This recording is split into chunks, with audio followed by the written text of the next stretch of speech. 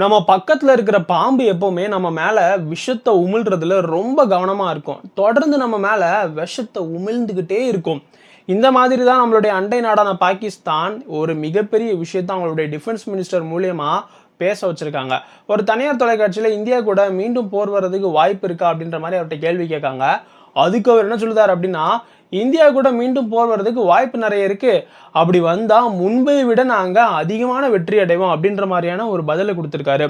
அவர் வெற்றி அப்படின்றத எதை குறிப்பிடுறாருன்னு தெரியல. அதுவும் முன்பை விட அப்படின்னா ஆப்பரேஷன் சிந்தூர் அப்ப அவங்க வெற்றி அடைஞ்சிருக்காரு அப்படின்றத குறிப்பிடுறாரு. உடைஞ்சு போன ரன்வே, எரிஞ்சு போன ஏர்பேஸ், முரித்கே, பஹாவல்பூர்ல தீவிரவாதிகளை உருவாக்குன இடத்தெல்லாம் இந்தியா வந்து ஓட்டை போட்டு தகர்த்தாங்க மிசைல் மூலமா. அதையும் தாண்டி அவங்களுடைய 5 F-16 விமானத்தை நாங்கள் வீழ்த்தினோம் அப்படின்னு இந்தியாவினுடைய ராணுவ தளபதி அதிகாரப்பூர்வமாக சொல்லியிருக்காரு. இதையெல்லாம் அவங்க வெற்றி அப்படின்னு சொன்னாங்கன்னா அது அவங்களுக்கு வெற்றியாகவே இருக்கட்டும். அடுத்தும் ஒரு தடவை போர் வந்துச்சு அப்படின்னா அவங்களுடைய எலக்ட்ரிசிட்டி கிரிட், அவங்களுடைய டேம்ஸு, அவங்களுடைய அந்த அரசாங்கத்தினுடைய கட்டிடங்கள் அப்படின்னு ஏகப்பட்ட விஷயங்களை பாகிஸ்தான் இழக்க நேரிடும்.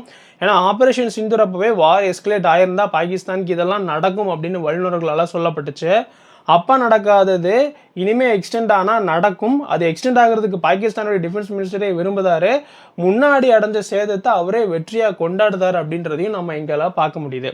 நம்ம சேனலை சப்ஸ்கிரைப் நம்ம பார்க்குறவங்க சப்ஸ்கிரைப் பண்ணிவிடுங்க. ஓஹோ, அப்படியா? ஆமாடி.